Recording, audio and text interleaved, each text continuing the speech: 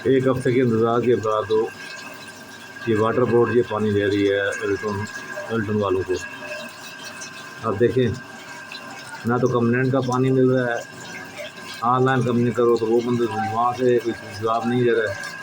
और ये पानी जो सप्लाई है आप देखें, अब ये पीने के क्या कि ये हाथ धोने की है, बल्कि अंदर इतनी बू है इसके अंदर के खड़ा नहीं सकता आदमी के सामने, सांस नहीं ले सकता।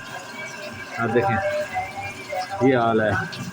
कोई परेशान हाल है, कोई पूछने वाला है उनको?